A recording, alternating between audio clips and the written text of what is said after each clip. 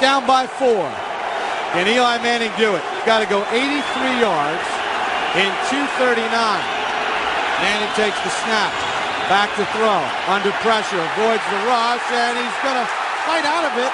Still fights out of it. Now throws it deep downfield. Wide open Tyreek. Makes the catch. What a play by Manning. What a catch by Tyreek. Then Eli Manning and perfection. Takes the snap. Looks left. Lobs it left. Touchdown Giants. And the Giants have won Super Bowl 42. The Patriots will not be perfect. New York followed its surprising upset in Super Bowl 42 with 3 disappointing seasons. Each year, the Giants started strong, then faltered down the stretch. In 2010, New York lost 2 of its final 3 games and missed the playoffs.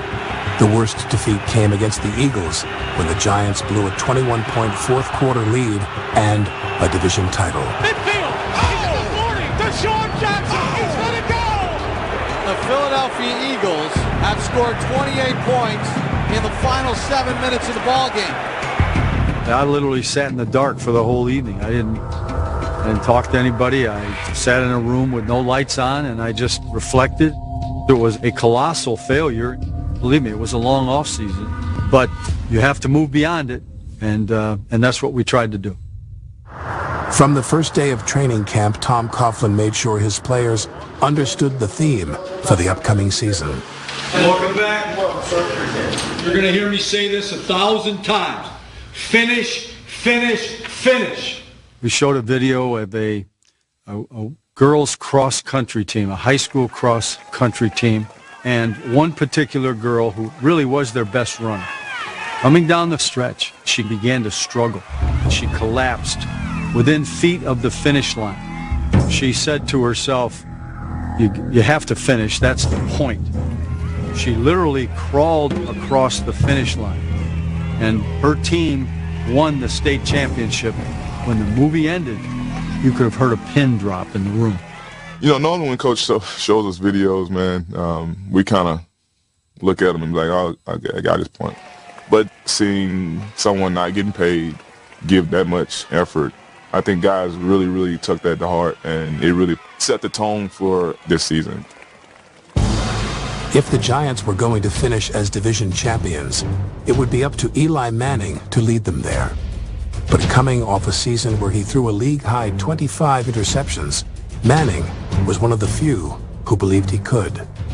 Is Eli Manning an elite quarterback? Are you a top 5, top 10 quarterback? Yeah, I think I am. Are you in the Tom Brady class? Yeah, I mean, I consider myself in that class. I wasn't trying to, cause a big deal. I wasn't trying to make a statement. You know, he asked me a question. I answered it. I really didn't think anything of it. I think I answered the question honestly because I knew, hey, I'd thrown for 4,000 yards. I'd thrown for over 30 touchdowns. All I had to do was discipline myself to eliminate those bad decisions. That was my intent for the offseason. It was something different in his eye this year. He's the first guy in and the last guy out. I saw Eli work his butt off throughout the lockout with throwing sessions at high schools. I knew he was going to be, a different cat this year. When starting slot receiver Steve Smith signed a free agent deal with Philadelphia, the extra work by Manning became even more critical. You know, I was worried about that slot position, who was going to fill that role. I know we had a couple guys who were going to compete for it, but I didn't know if anyone would be as good as what Steve Smith was able to produce for us the last couple of years. Although New York didn't realize it at the time, Smith's replacement would be one of the key figures in the Giants' championship season. Oh, yeah.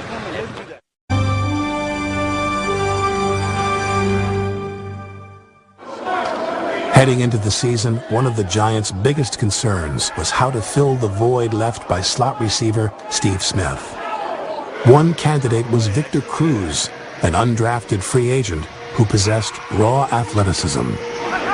Cruz, who grew up only a few miles from MetLife Stadium, became a local hero the summer before when he torched the Jets for 3 touchdowns in a preseason game. It's a hell of a play by that kid. You saw playmaking potential, but can he be, consistent in his route running and learning the concepts? We still didn't know. Unfortunately, he got injured early on and missed a full season. I was hoping he was going to be a big player for us in March or early April. I wanted to start throwing and needed a guy to throw to. I didn't know he was, from Patterson, New Jersey, so I figured he'd be in the area. And so, that's when I got his number from the Giants. He shot me a text, and I was like, and he was like, "Hey, man, are you in town? I want to throw." And I was just like, "Who is this, man? Like who is that?" I didn't have the number on my phone. And he goes, "It's Eli." And I go, "Whoa." And then I go to my mom, I was like, "Mom, Eli just texted me." And she goes, "Well, you better text him back."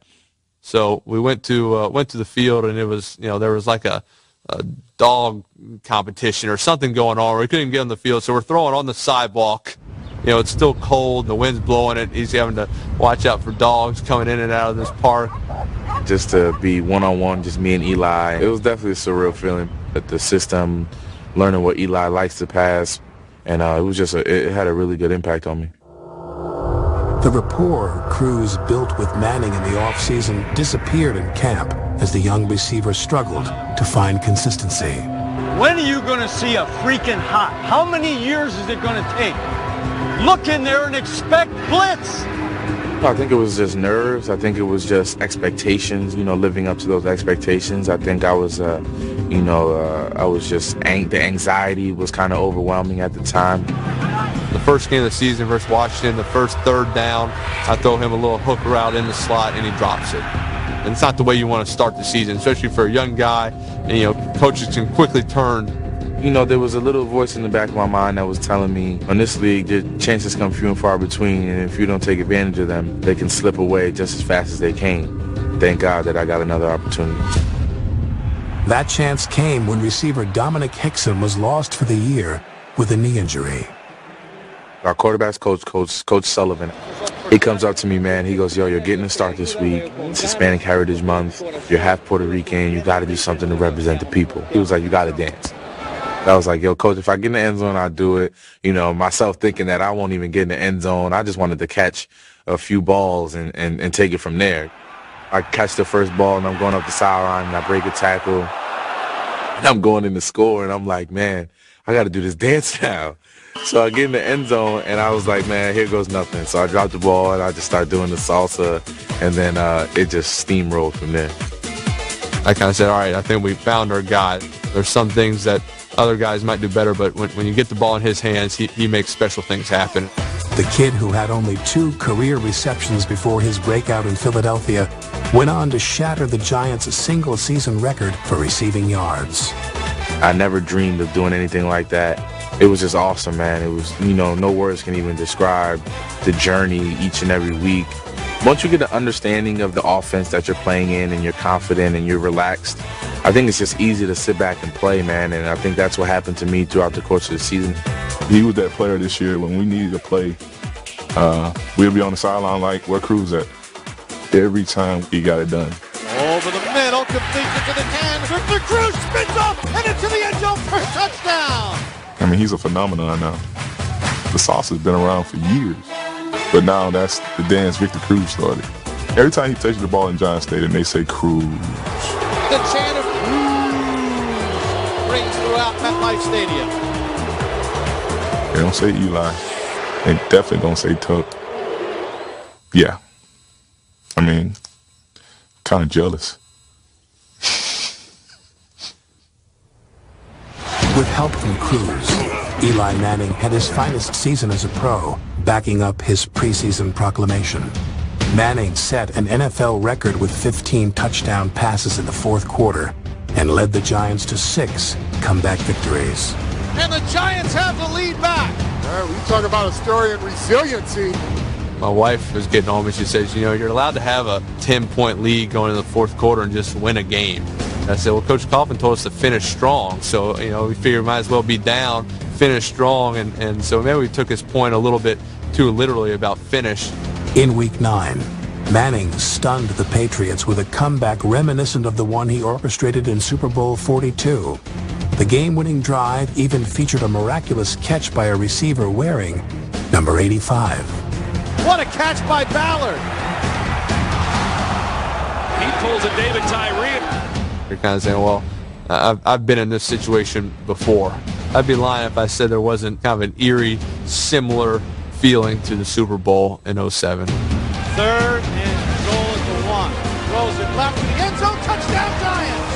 Anyone who doubts whether or not Eli Manning has the stuff. Eli looked pretty elite here. You know, how he played this year was tremendous. I think he should have been league MVP. Thanks to Manning, the Giants were 6-2 and in first place at the halfway point of the regular season.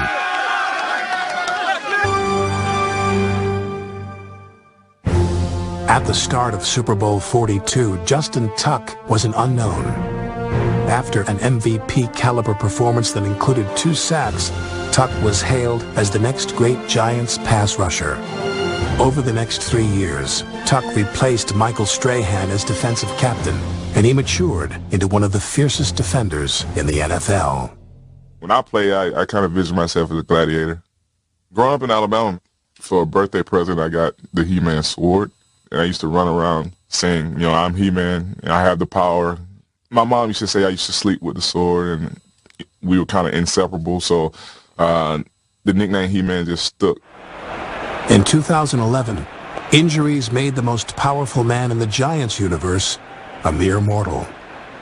I had groin issues, shoulder, foot, knee, torn ligaments in my hand. But when I did the neck, you know, it takes away a little bit of the edge. Every time you go and contact a guy, there's some doubt. Yeah, mentally I wasn't ready to be Justin Tuck of old. Tuck was also hurting emotionally after his grandfather and 2 uncles passed away during the season. I truly love those guys, man, I do. You know, they've watched me play since I was running around screaming He-Man. I've kind of tried my best to block out those memories. Being on a plane headed down there and just crying. You know, I don't know. It was tough.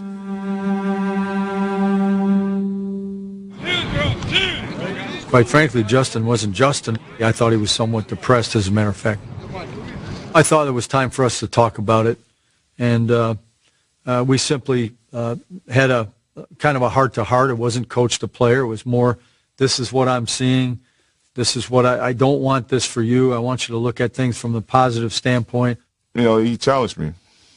And if you know me, I don't like backing down from challenges. Told me I was playing like crap. Told me I was better than that. Told me we don't care about injuries. Nobody cares about injuries. No toughness, no championship. At that point, I realized, you know, I am feeling sorry for myself. When I got out of the chair, I just felt revived a little bit. And it just seemed like all the pains and all the, you know, fatigues and injury started to kind of just go away a little bit. Now he lit up the room again, you know, with his eyes and his smile and his work habits, and that was a breath of fresh air for everybody. So that was a huge factor. Tuck's rebirth couldn't have come at a better time. New York's injury-depleted defense was struggling. The Giants had lost 3 straight, and there was growing concern from the media of another second-half collapse. No one pointed any fingers. No one, you know, said anything to get any other guys down. Everybody kind of just picked each other up. Part of the team's cohesiveness stemmed from techniques learned earlier in the season at a seminar conducted by former fighter pilots. 3 main tenets to flawless execution: leadership, accountability, and teamwork. When a group of pilots land, they go immediately into a debriefing session.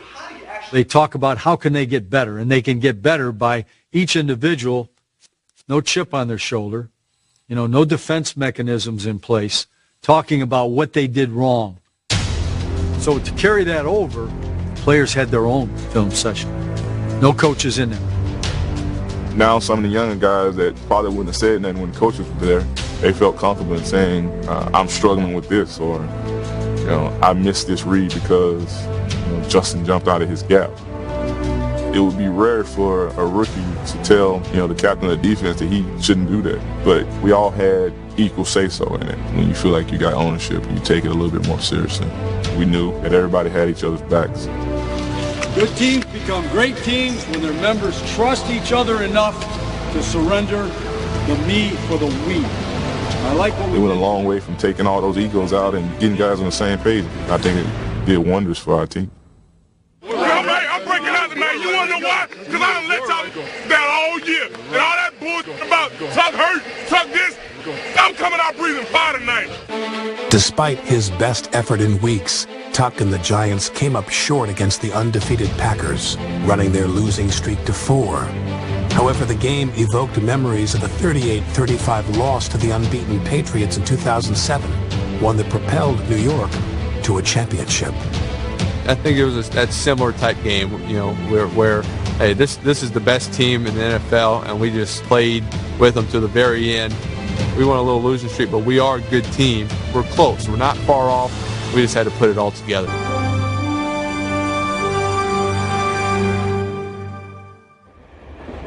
New York's season was in danger of derailing again.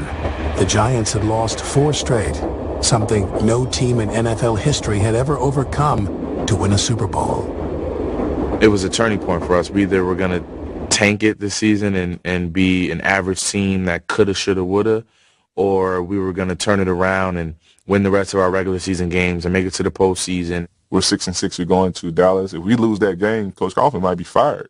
You know, Coughlin's going to get fired. Maybe they should start that early in the year because we play better when that starts. We never made that an issue. He kept us cool and had good messages for us. We've fallen, but we got to get to that finish line. Doesn't matter how you do it. You just got to make it happen. In a must-win game against the Cowboys, the Giants fell behind by 12 points with less than 6 minutes remaining. New York's latest collapse was nearly complete.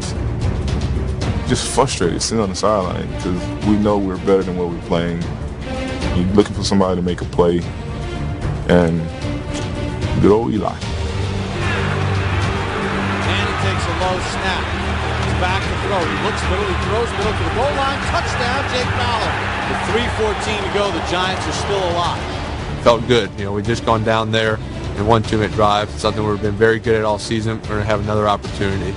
They got a big 3rd down. We're coming with a blitz. I see Romo. He's sending a signal, and he's got Miles Austin 5 yards behind our defenders. It's going to be a touchdown. And it's overthrown, and we get a chance to get the ball. I was like, well, the game's over for them. You know, I'm sitting on the sideline. I'm like, what we got next week?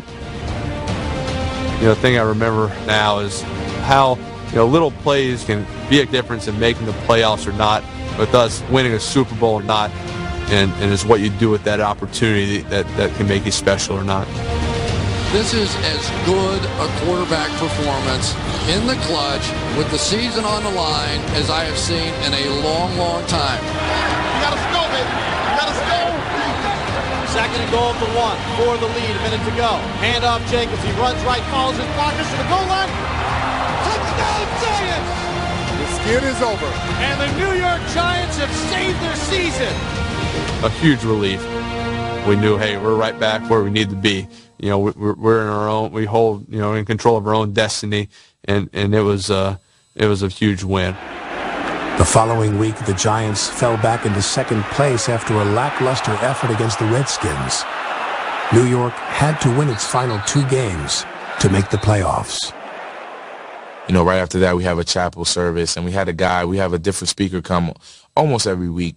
The guy gave us a poker chip.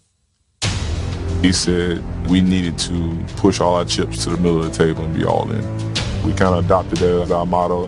Having that mindset of, you know, are you all in for this football team? And are you all in to make the postseason? It was huge for us. All of us still had that poker chip. You know, some guys wore it in their socks during the game. Some guys, you know, kept it in their locker room. I keep it right by my nightstand so I can see it every night before I close my eyes. Inspiration to finish strong seemed to come from everywhere, even the head coach of their crosstown rival.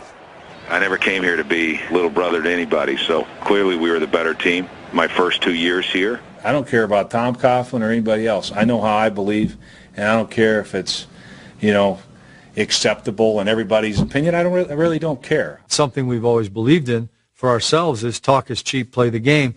And sometimes I wonder whether our own guys have listened to that. A reporter asked me, what do you think about teams that are throwing more to Revis this year? And I said to her, teams aren't scared to test him early on in the game. And of course, that got taken as me saying no one's scared of Darrelle Revis, and it was just this whole big hoopla around it. The only time I remember this guy is in the preseason game. So I mean, that's the only time I remember the guy. Other than that, don't know the guy very well. So. I was a little taken aback by it, but I just wanted to go out there and play and make sure that my play on the field proved the type of player I was. The Jets even tried to get under the Giants' skin on game day by covering their Super Bowl mural. Rex saying those things I didn't necessarily care about, but covering up our Super Bowls, that's different. We definitely wanted to shut Rex up.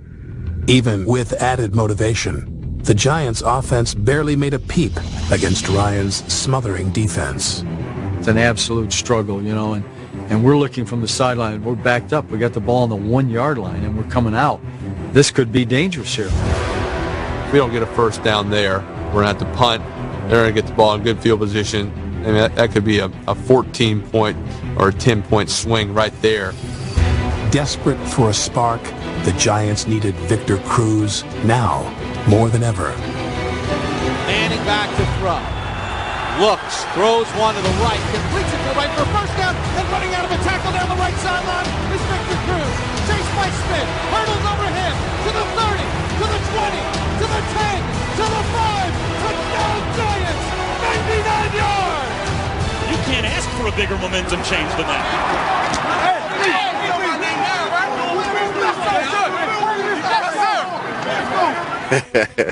You guys got that? You got that on audio? Yeah, because, you make such a big play for your team. You're feeling good about yourself. Your emotions are running high. So I was talking a little bit, and I think it was warranted for the time being, at least. And so Victor goes 99, and it's a whole different ballgame. And probably from that point on, if you wanted to define the defining moment in the season when things really came together and took off, that was it right there. From that point on, we started to combine confidence with cohesiveness, with intelligence, with masterful play. A healthier and revitalized defense shut down the Jets in the second half, and the Giants got the last word. It was good to kind of, win the Battle of New York, if you will. Some guys ripped those things down and let them breathe after the game and let those murals be seen a little bit. It's Giant Stadium. I think that's a stadium. Giant Stadium.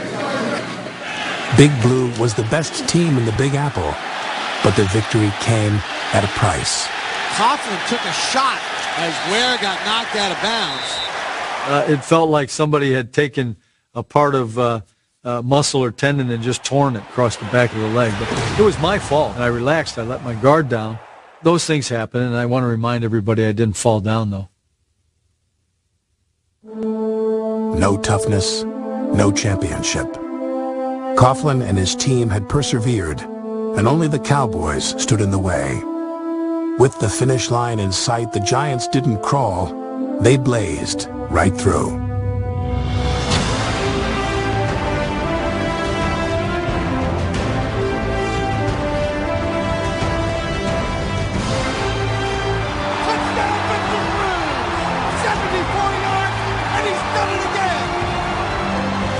I hate the Cowboys.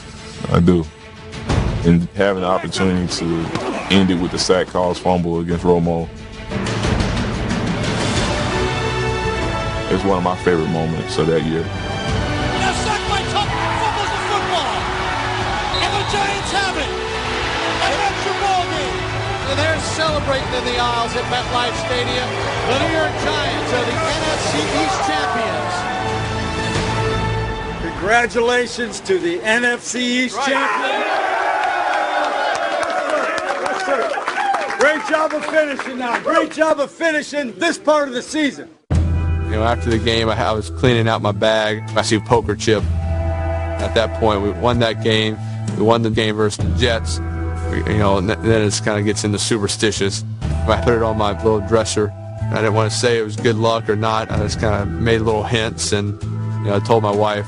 I know it might seem odd that there's a poker chip sitting there, but you know, let's just leave that there and this until this ride's over.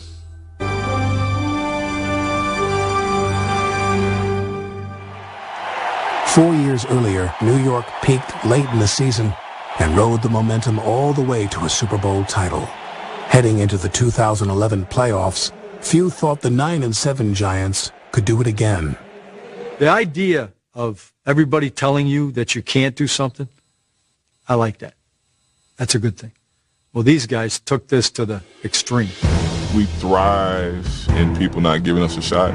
I think that we went through the most adversity this year of any team. I think that made us that much stronger.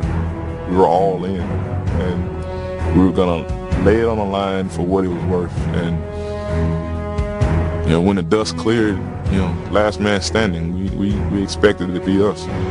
We better than 07. But we got to put that together right now. They ain't built like us. They ain't built like us. They ain't ready for this we about to bring today. They're going to go for it here on 4th and 1. Ryan's going to keep it. He got stuck. He didn't get there. Second time today.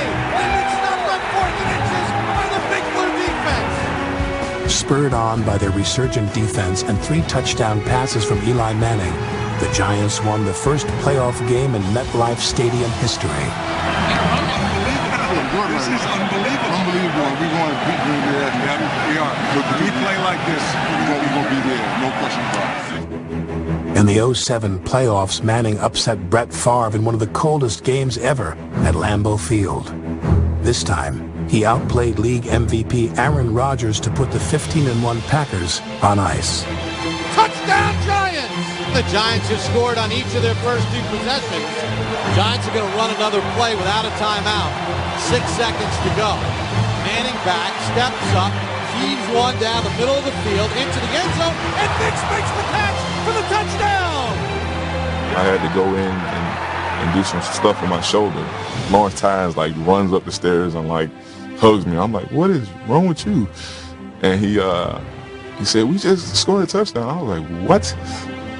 And from that point on, I just said, like, man, this game's over. I've never had much success with that play, so it was a good time and a good situation to hit my first Hail Mary. Well, when they went to the Super Bowl in 2007, they beat an NFC South team first. Then they went to the #1 seed Cowboys, and they beat them. I remember guys saying stuff like, can you believe this is happening? Man, this is eerie, or is this deja vu, or how in the world are we in this spot? We felt as though no one could beat us at this point. San Francisco, here we come. Like the divisional playoff, the NFC Championship was a rematch of a regular season loss, and one Giant was eager for vengeance. I wanted to play San Francisco mainly because I mean, I did want another shot at Carlos Rogers. I'm not going to lie. In the regular season, he had an interception on me and did my dance. You know, and I want a little bit of revenge. Cruz got his payback, catching 8 passes in the first half. You're going to have to find a way to get Carlos Rogers some help on it. I know he's the Pro Bowl corner, and Cruz is just having his way with him right now. They're not taking this from me. They're not taking this from me, cuz. They ain't taking this from me. They're not taking this from me. You beast, boy. They weren't going to take my goal to playing a Super Bowl, this thing that I've dreamt of all my life. They weren't going to take it from me that day. I just felt so adamant about that. New York's ability to move the ball through the air was remarkable, given the frequent downpours and sloppy field conditions. I didn't worry about the rain. I'll come in some days on a Sunday and I'll say, no, Eli, it's 15-degree wind out there. And he goes out, he warms up, and he comes in. I said, how's the wind? It's okay. It's not bad. Should we, be aware of throwing into the wind? No. Do we have to worry about that? Nope. Okay. Coughlin's confidence was justified. Manning threw 58 times and didn't commit a single turnover. Not even the 49ers pass rush could unnerve easy Eli. I started to walk over and tell David Carr to get warmed up because You know, there's some hits that you didn't even think he was going to get up. When you pick Eli up out of that mud, it was kind of like you had to have a spatula, like to scoop him out of it. His jersey's halfway ripped off his shoulder pad and his chin strap is on his nose, but he was still cool and calm and collective, man. He never complained about, you know, guys not blocking or just yelling at him. He never yelled at his offensive line, never yelled at any one of us.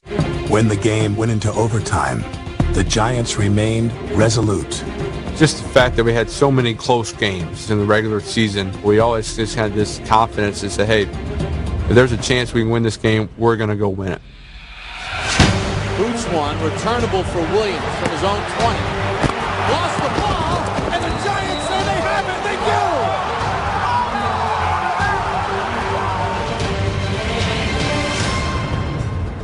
Knocked out by Jaquan Williams. Devin Thomas recovered it. That's the only thing I can remember thinking. How favored is this football team? Can the Giants now finish the deal? We're going to be all right. We're going to be all right. I know. We're going to be all right. Lawrence Tynes from 31 yards to put the Giants in the Super Bowl against the Patriots. This is the same guy that in 2008 kicked a 47-yard field goal with minus 24 degrees in overtime in Green Bay, Wisconsin, with a ball that was hard as a brick. I believed he was going to make it.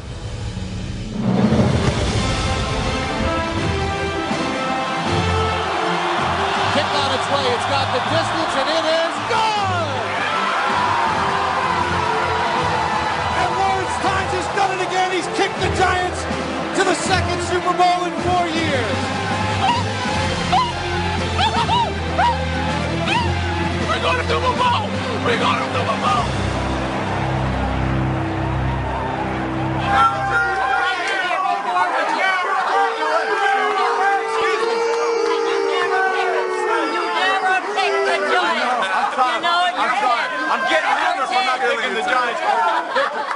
I was glad Miss Merrill gave Bradshaw some grief there.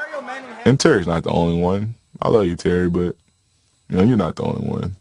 Love her spirit and love how much she loves the Giants. I know she was excited, and she had a good point.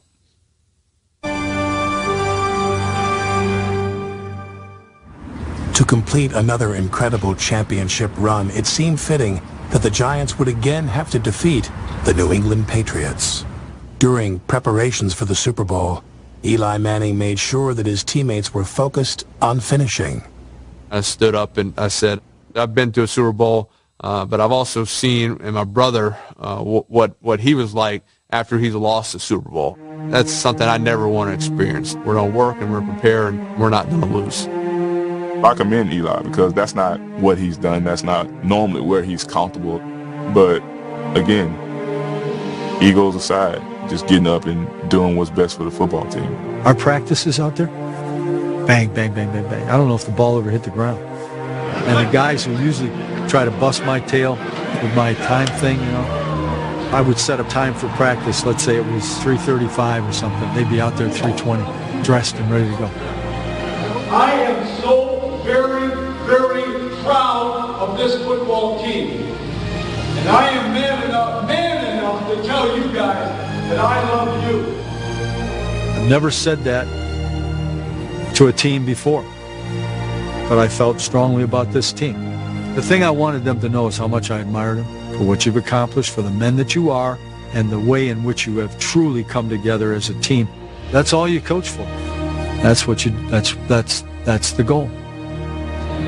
How many of y'all want it today? I got a ring. Chris, you ain't got one. You don't know what it feel like. Rock, you ain't got one. You don't know what it feel like. Limber, you ain't got one. You don't know what it feel like. Boss, you ain't got one. You don't know what it feel like. I'm telling you right now, it's the best feeling in the world. And if it's on me today, you gonna have one after this. Super Bowl 46. Man, oh man.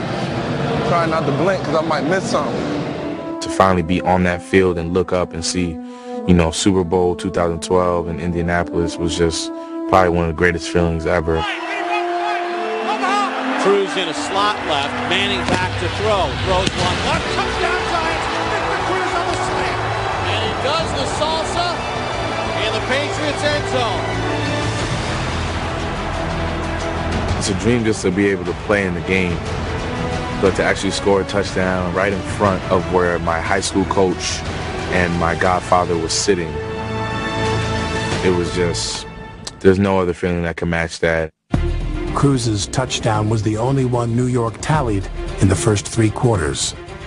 Tom Brady gave the Patriots the lead by completing a Super Bowl record 16 consecutive passes, but he failed to connect on the one throw that could have finished the Giants. 5 minutes to go, and Patriots by 2. Wide open, Welker. You've seen Wes make catches even harder than that. But like the Romo to Austin throw, I saw that, I was like, well, that was their opportunity. For the second time in 4 years, the Giants-Patriots Super Bowl would be decided in the closing minutes.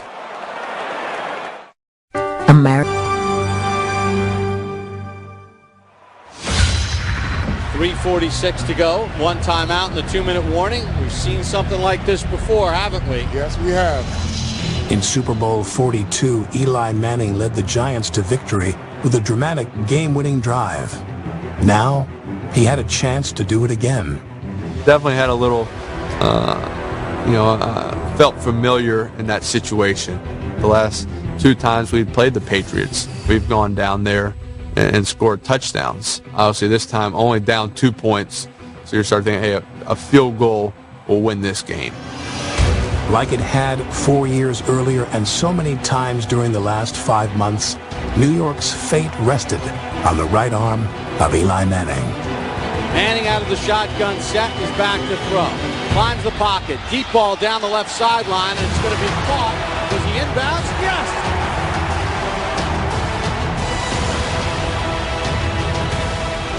That's a heck of a throw and a heck of a catch by Mario Manningham. What a catch. It's not quite David Tyree, but that is pretty close.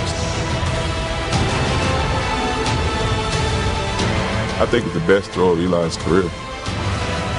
He didn't have, I told Mario, great catch, but you didn't have a choice. He put it in the tiniest of places. Mario didn't have a chance of dropping it. And I remember asking Eli, like, how do you know where to put the ball at? And he's like, I don't. I see the guy running, I see the safety. I just trust my ability to throw it. I was like, it can't be that simple. The pass to Manningham was easy. The hard part was securing the winning score without leaving too much time for a Tom Brady comeback. 2nd down, we're going to run the ball, make them use their last timeout, and then probably run the ball and either score or kick a field goal. Call the play, I break the huddle, and it just, at that point it pops in my head saying, they're going to let us score right here. I'm walking to the line of scrimmage, and I stop, and I think about going to tell Ahmad, if they let you score, don't do it. Then I start thinking, well, what if he messes up or doesn't know what I'm saying and he fumbles, or if he goes down right when I hand him the ball at the 8-yard line. So I'm not going to say anything. I'm just going to let it happen. Get the ball snapped, and I can tell right away they're not going hard. So I'm going back. I'm handing him the ball, and I'm yelling, don't score, don't go in, don't go in. He's given the Giants the lead here in the Super Bowl, but it was an almost reluctant touchdown by Bradshaw. It's not your typical great play. We just had a great chance to win the Super Bowl. It's kind of like, should he have gone down there? Should he have scored? Am I happy? Am I upset? Kind of what's the emotion I want to feel right now? But ultimately, you'd rather score a touchdown than settle for a field goal. A lot of people in this situation be thinking, why did we score so quick? Why we didn't blah, blah, blah. I remember turning to OC and saying, we got a chance to get another sack. As a competitor, you want to have the chance to finish it.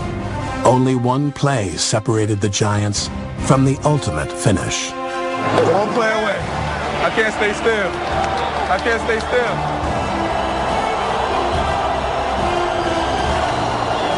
Brady's back. Brady's under pressure. Brady's chased. Brady heaves one.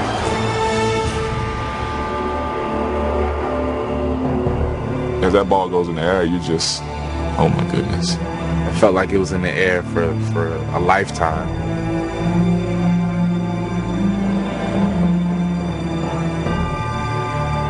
I kind of see the ball, get hit, and then I lose it. And then finally a second later, I kind of see it dribbling on the ground. Incomplete, and the ball game's over, and the Giants have won Super Bowl 46. Finish is what Tom Coughlin said, and the Giants have finished off the Patriots in the Super Bowl for the second time in 4 years. When you set a goal and you accomplish the goal, and when you specify exactly what it's going to take, and it happens exactly that way, that is rewarding, it's satisfying, but it's also fulfilling. There's nothing like it. In the midst of all that chaos, I just wanted to reflect, think about my adversity on and off the football field. But I also just wanted to give thanks. Just so overjoyed, but it's kind of like, it's almost kind of like a sigh of relief. Like,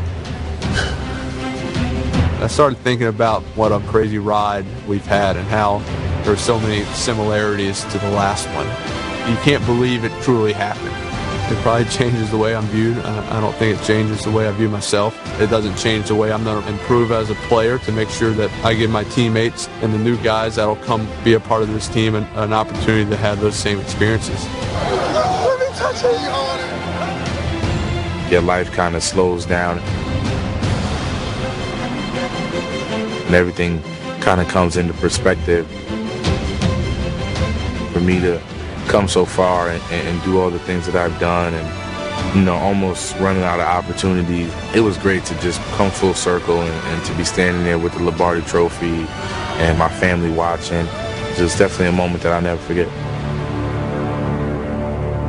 I got a ring. I got a ring. He got one too. He got one too. I got a ring. I got a ring. He got one too. He got one too. He got one too. He got one too. He got one too. He got one too. we might not have been the most talented.